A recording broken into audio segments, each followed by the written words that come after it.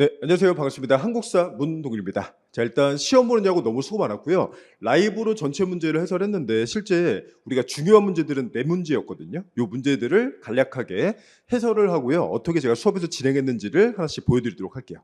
네. 일단 한국사 시험이 지금 특징이 좀 명확해졌죠.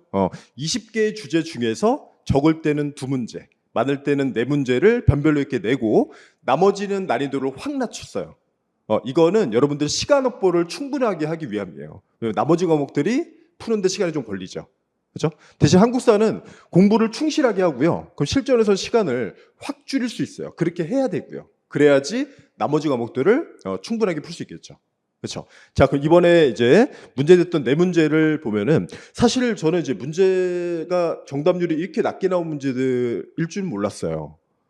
그날 제가 토요일 날 수업을 하고 있었는데 마치고 문제 잠깐 보고 그 다음에 이제 스태프분들이랑 대화를 하는데 그 1년 동안 실강을 쭉 따라온 반들이 있어요. 그런 반들 이제 학생들의 반응을 이제 저한테 전달해 줬는데 쉬웠다는 거예요. 그래서 국가직처럼 쉬웠구나.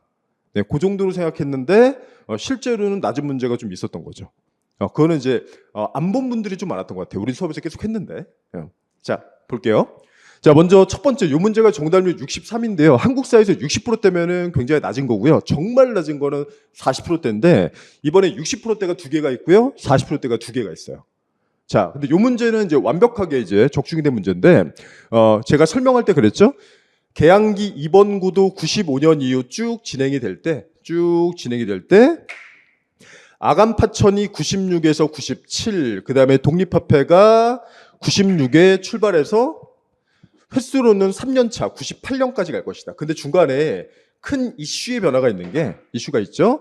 고종이 나와서 대한제국을 선포하죠. 그죠?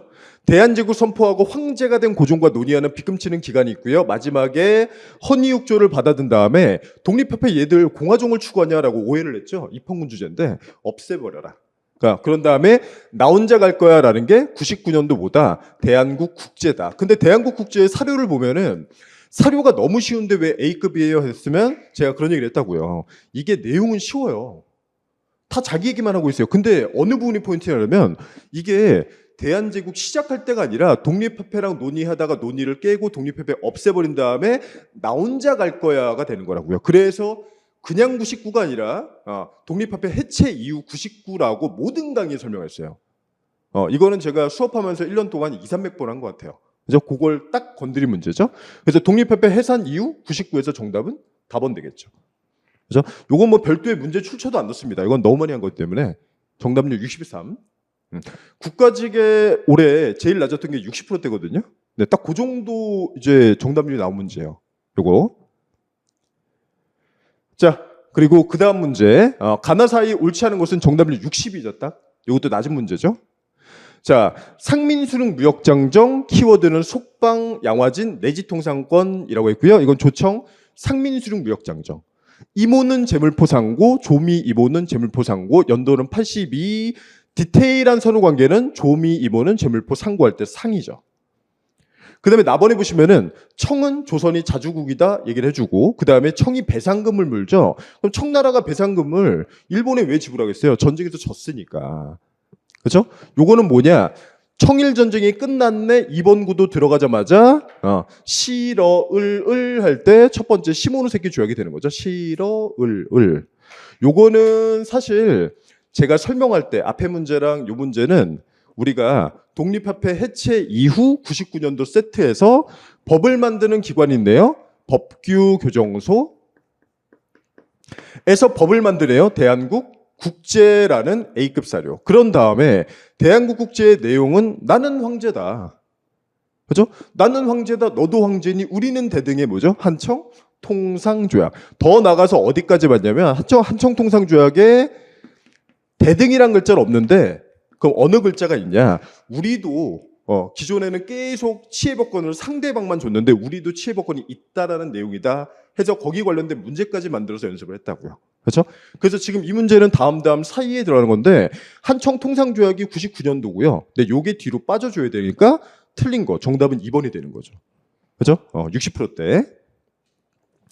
제 강의 들으신 분들은 다 맞췄을 것이라고 생각을 합니다. 요거. 자, 그래서 관련된 거는 여기 지금 문단속 최종병기 9회인데요. 제가 사료까지 넣어서 연습을 했었어요.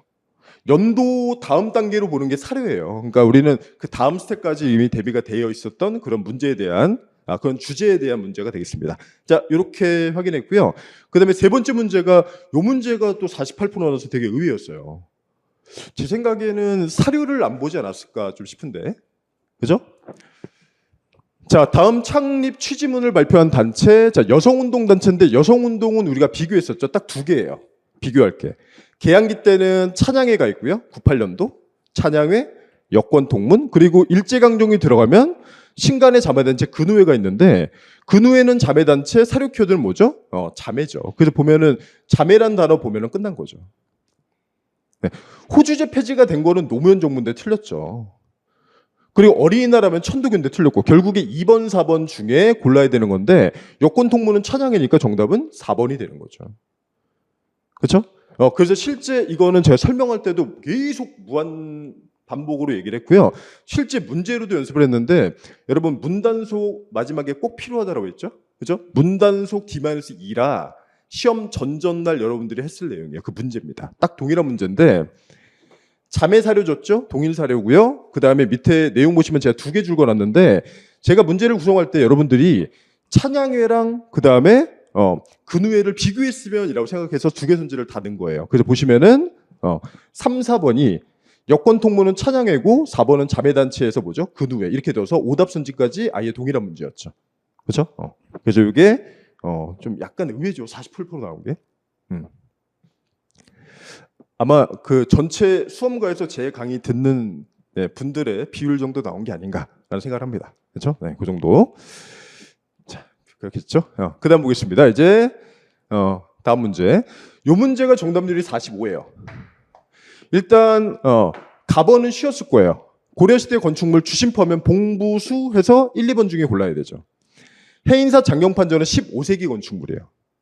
그럼 뒤에 나온 게 특징인데 좀 엉뚱한데 포인트 잡는 분들이 있는데 5층 목탑이다. 여러분 5층이 포인트가 아니에요. 뭐냐면 조선시대 우리나라 남아있는 조선시대 목탑이다. 유일한 목탑이다라는 게 중요한 내용이에요.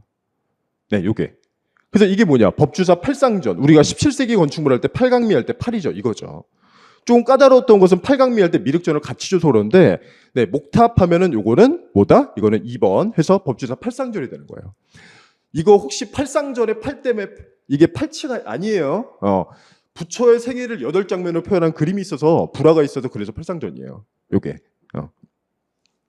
실제 그러면 언제 했을까요? 그러면 판서노트에 일반 내용으로 들어가 있어요. 현존 우리나라 유일의 조선시대 목조탑이다라고 써 있죠. 그럼 이제 이렇게 보면 아니 그 작은 글씨 써놓고 어떻게 만줄까요? 그러면 이거보다 더 중요한 건 제가 모의고사 단계별로 얘기하잖아요. 그렇죠. 95 플러스 5 진도별 모의고사 여기서 이 문제에 관련된 선지를 그대로 다뤘죠. 그렇죠. 이거 지금 95 플러스 5 진도별 모의고사 올해 이순환 6주차 4회예요. 이런 요 주제 관련된 문제는 작년에도 재작년에도 계속 있어요. 올해는 이걸 여기서 있는 거예요. 문제가. 그럼 보면 법주사 팔상전은 현존 우리나라 유일의 조선시대 목조탑이다라고 써 있죠. 그렇죠? 그래서 이렇게 고를 수 있는 거죠. 그러니까 제가 어느 정도 단계가 되면 그 다음 레벨 한국사는 준비가 충분해야 돼요. 그런 다음에 실전에서 정확하고 빠르게 딱 골라내 버려야 돼요. 올해 시험 같은 경우 이번 시험 같은 경우에는 5분 정도로 끝냈어야 되죠. 그렇죠? 자, 정답은 아까 본 대로 2번이고요. 정답 똑같네. 그렇죠? 네, 이렇게 봤던 겁니다. 네, 그래서 뭐 요것만 얘기하는데 아니에요. 문제로 했어요. 문제로. 네. 그다음 이거는 정답률이 79인데 의외로 좀 내용이 있길래 다음 주장 민족운동은 밑에 선지는 너무 쉽지 않나요? 단답형이에요. 근데 지금 사료 보시면은 결코 배타유행 감정으로 치닫지 말라. 일체 행동은 질서를 존중하라. 비폭력이네. 이게 뭐죠? 공약 3장이죠. 3.1운동 메인 사료는 김희독립선언서 5등은 이해. 조선의 독립국인과 자주민을 선언하노라. 에다가 공약 3장. 그리고 배경 사료는 육탄혈전, 영원한 혈전이 있는 거죠. 그래서 정답은 1번이죠. 정답률이 높았는데 의외로 좀 얘기가 있었던 이유는 제 생각엔 그거 같아요. 여러분들 사료를 안 봐요. 사료를. 한국사는 시간을 줄여야 돼요. 빠르고 정확하게. 그리고 다른 과목과 다르게 공부한 거 안에서 무조건 나와요. 물론 공부를 좀 설렁설렁하면 안 나오겠죠.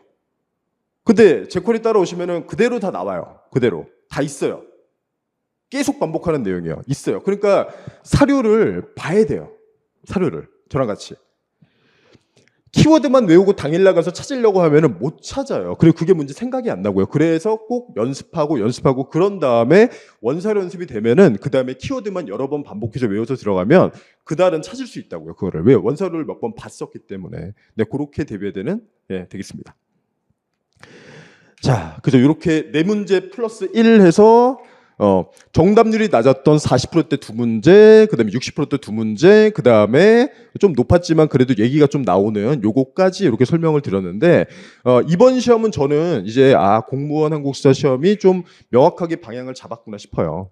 출제자는 이런 생각을 하는 것 같아요. 일단 20개의 주제를 뽑아요. 20문제니까. 그런 다음에 이 주제 중에서 조금 쉽게 낼 때는 2문제 정도 선택을 하는 거고요. 그 다음에 좀 어렵게 낼 때는 지금처럼 4문제 정도로 선택을 하는 거예요. 그래서 이 2문제, 4문제만 난도를 팍 올려요. 네. 예전처럼 엄청도 아니고 조금 올려요. 그럼 여기서 이제 변별력이 갈라지는 거예요. 대신에 한국사의 역할 자체가 국어, 길죠? 영어, 새로운 거 많죠? 길죠? 전공 과목, 계산해야 되죠? 뭔가 또는 뭐 판례나 뭐 읽어야 되죠? 시간이 소요돼요. 그럼 시험 체제 바꾸를 이 시간 이런 거 자체를 바꾸기는 힘들어요. 그럼 이 제한된 영역 안에서 한국사의 역할은 여기서 변별력을 두고 나머지 문제들의 경우에는 지금 기본적인 문제보다 더 다운그레이드 시켜서 거의 단답형으로 내서 시간 확보를 충분하게 세이브할 수 있게 해주는 거예요. 여러분들 문제 푸는데 조금이라도 도움되게 하기 위해서. 그러니까 공부하실 때 우리는 결국에 변별력은 여기서 갖추는 거니까. 그죠? 여기서 주니까 여기에 타겟을 두고 공부하면 안 되는 거죠. 여러분 여기만 맞춰서 80점이면 합격이랑은 전혀 관련이 없어요. 한국사는 봤지만 보통 평균이 93입니다. 쉬울 때는 우리 국가직 같은 경우에 94.8까지 올라갔어요. 합격자 평균이. 그 얘기는 1개, 2개도 위험한 거예요. 많이 위험하죠, 2개는. 이번 시험 같은 경우에 저는 사실 시험지 처음에 보고 나서는 평균 점수가 그래도 한 1점 정도 내려가지 않을까 싶었어요. 근데 지금 4문제의 정답률을 보고 나니까 한 91점 정도 되지 않을까. 뭐 80점대로 내려간 일은 없을 겁니다. 90점대에서 되지 않을까 싶어요. 그래서 해야 될 건 확실하게 하고, 그죠? 본인 스스로 강약 조절하지 마시고요. 그죠? 그러니까 한국사는 그냥 제가 제시 드리는 대로 그대로 하시면 여러분들 시험장에서 우리가 해야 되는 빠르고 정확하게 만들 수 있어요. 네. 그래서 그렇게 설명을 드리면서 이제 마무리를 하도록 하겠습니다. 여러분 시험 무시하고 너무 고생 많았고요. 이제 확실하게 저도 완전히 감이 왔는데 더 확실하게 이제 확신을 좀 느끼게 된 게 한국사는 그냥 이렇게 하면 되겠다. 여러분들 이렇게 더 정확하게 제시하면 되겠다. 네, 그런 생각이 들어요. 네. 자, 그래서 우리 정답률이 낮았던 문제들 해설을 이렇게 마무리하고요. 전체 풀 내용 보고 싶은 분들은 공단기 유튜브에 가시면 제가 라이브 특강한 거 있으니까 그걸로 보시면 되겠습니다. 네. 자, 이렇게 2024 지방직 주요 문제 해설을 마무리하도록 하겠습니다. 네, 수고하셨습니다.